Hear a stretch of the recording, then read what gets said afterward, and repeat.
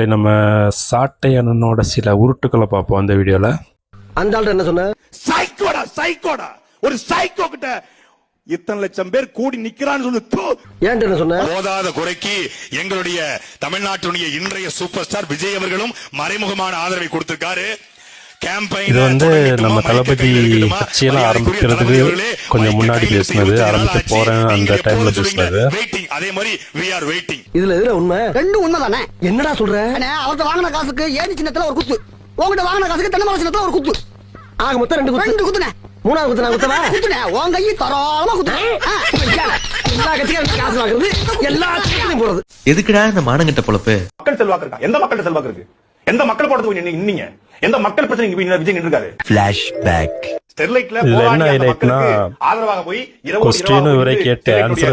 அம்மாவை பார்த்து ஆறுதல் சொல்றாரு.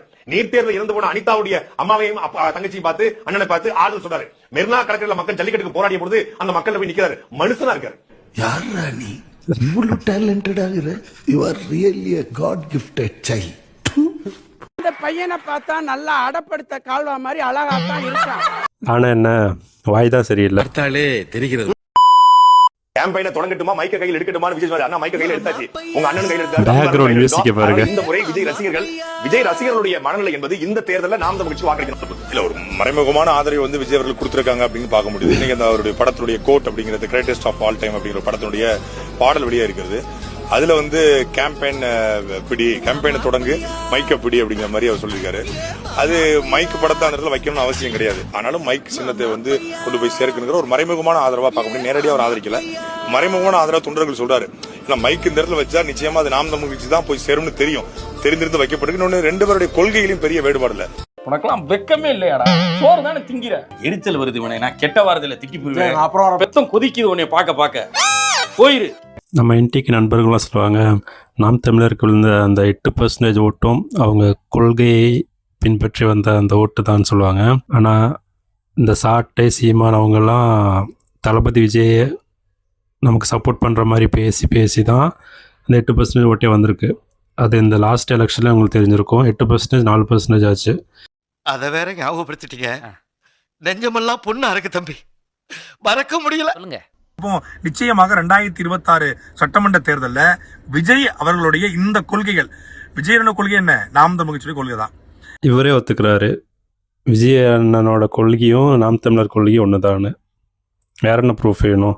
இவர் வாயாலே சொல்கிறாரு. ஆனால் இவங்களே சொல்லுவாங்க, டிவிகேக்கு கொள்கை இல்லை, கோட்பாடு இல்லை, தற்கொலை கூட்டம் தான் 108 சீட்டு ஜெயிச்சு சிஎம் ஆயிருக்காரு. தத்துவ கூட்டம் இன்னும் அப்படியே பேசிட்டே இருக்கு.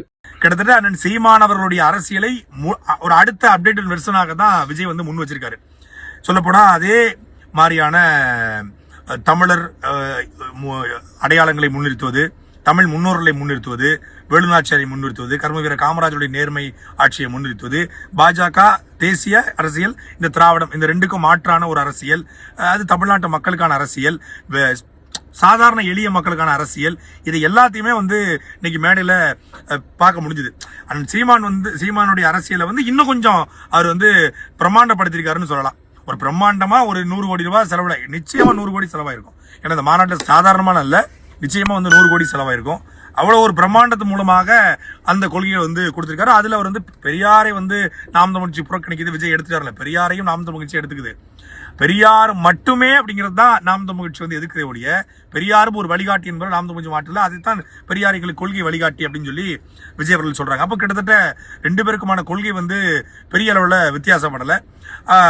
அப்போ தன் கூட்டணி கதவுகளையும் திறந்து வச்சிருக்காரு. அப்போ ஒரு பெரிய கூட்டணி 2026 உருவாக்குறதுக்கான வாய்ப்புகள் இருக்கிறது. ஒரு நிறைய செய்திகளை மக்களுக்கு விஜய் இந்த கூட்டத்தின் மூலமாக. இது என்ன பிரமாதம்? இது விட பெசலைட் ஒண்ணு இருக்கு. கூட்டணி அதெல்லாம் தேவையே இல்ல. கூட்டணி தான் பேச்சுவார்த்தை போயிட்டு இருக்கலாங்க. அண்ணனே சொல்லிட்டாரு ஐ அம் வெயிட்டிங் அப்படின்னு. அவர் வரும்போது ஓகே. விஜய் கட்சி ஆரம்பிக்கிறதுக்கு முன்னாடி அவர் வந்துட்டாரு. இந்த மாநாடு அனௌன்ஸ் பண்ணாங்க. அந்த டைம்ல எல்லாம் மாநாடு அறிவிக்க நினைச்சிட்டாங்க, விஜய் இப்படி அண்ணன் கூட சேர்ந்துருவாரு. இந்த வருஷத்திலே அண்ணன் தலைமையில விஜய் எலெக்ஷன்ல பங்கெடுப்பாரு, அந்த மாதிரி தான் நினைச்சிட்டு இருந்தாங்க. அதனால தான் இவ்வளவு சப்போர்ட் பண்ணி பேசினாங்க. அது வெளியான பிறகு இவரை சிஎம் கேண்டிடேட் அனௌன்ஸ் பண்ணதுக்கு அப்புறம் அப்படியே மாத்தி பேச ஆரம்பிச்சிட்டாங்க. அப்ப இணைஞ்சு எந்த வாய் நல்லா பேசுனுச்சோ அதே வாய் அண்ணனை கடிக்க ஆரம்பிச்சிருச்சு. நல்லவர்கள் வந்து இதுதான் நடந்த உண்மை. ஜனநாயகம் வருமா வராதா அப்படின்னு ஏங்கி போய் 1 மாதமா முடங்கிட்டாங்க. எந்த ஆக்டிவிட்டிஸுமே இல்ல. உண்மையிலே ஒரு அது என்ன சொல்றாங்க, பசலைமாங்க.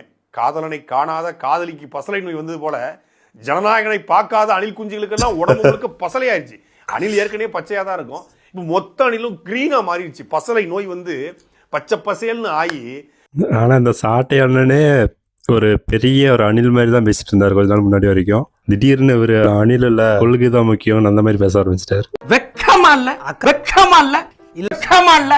இப்பதான் கடைசி படம் ஜனநாயகனை ஒரு ஆந்திரா சேர்ந்த ஒரு நிறுவனம் எடுக்குது. அதுக்கு முன்னாடி வரைக்கும் வாரிசு ஒரு குப்பை படம், அது வந்து வாரிசு ஒரு குப்பை படம், அது வந்து இந்த எடுத்தாங்க, ஆந்திராக்காரங்க எடுத்தாங்க.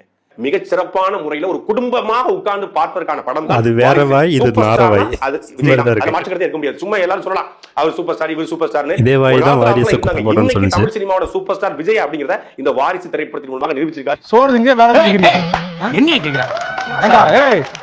இதுவரைக்கும் திரைத்துறையில நான் சம்பாதிச்சது 10 லட்சம் கோடி, 5 லட்சம் கோடி, 10 லட்சம் கோடி சம்பாதிக்கணும். பண வெறி பிடித்த பிசாசு இந்த விஜய் என்பது அடுத்தடுத்த காலகட்டத்தில் தெரிய வரும். விஜய் காசுல, விஜய் பணத்துல, விஜய் உழைச்ச சம்பளத்துல இது வரைக்கும் என்ன நலத்திட்டங்கள் பண்ணிருக்காரு அப்படின்னு சொல்லு. இந்த பணத்துல ஒத்த ரூபாயை கூட கொடுக்க மனம் இல்லாமல் இருக்கும் பொழுது ஒரு நடிகர் தான் கஷ்டப்பட்டு நடிக்கிறாரு. சும்மா ஒன்னும் காசு வந்துடாது. சும்மா ஒன்னும் ஒரு படத்துல 100 கோடி சம்பளம் கொடுக்க மாட்டான். விஜய் மாதிரி இந்த மண் மீது மக்கள் மீது உங்களுக்கு எந்த அக்கறையும் கிடையாது, தேவையும் கிடையாது. அது செய்ய வேண்டாம். நாளைக்கு கட்சி தொடங்க போறாரு, தொடங்கட்டும். அரசியலுக்காக செய்யட்டும். அரசியலுக்காகவாவது செய்தார்ல. தமிழ்நாட்டுடைய ஊடகங்கள் ஒரு கேவலமான ஒரு மகா மட்டமான வேலையை செய்து கொண்டிருக்கு. விஜயவே அடையாளம் தெரியல நம்ம சொல்லி கிண்டல் பண்ற மாதிரி நியூஸ் செட்டிங் ஒரு காரணம். இப்படித்தானடா விஜயகாந்த கேவலப்படுத்துறீங்க. இந்த பிழைப்பு பிழைக்கிறதுக்கு நீங்க 2 பேரும் என் கூட சேர்ந்து பிச்சை எடுக்கலாம். அரசியல் என்னன்னு தெரியாது.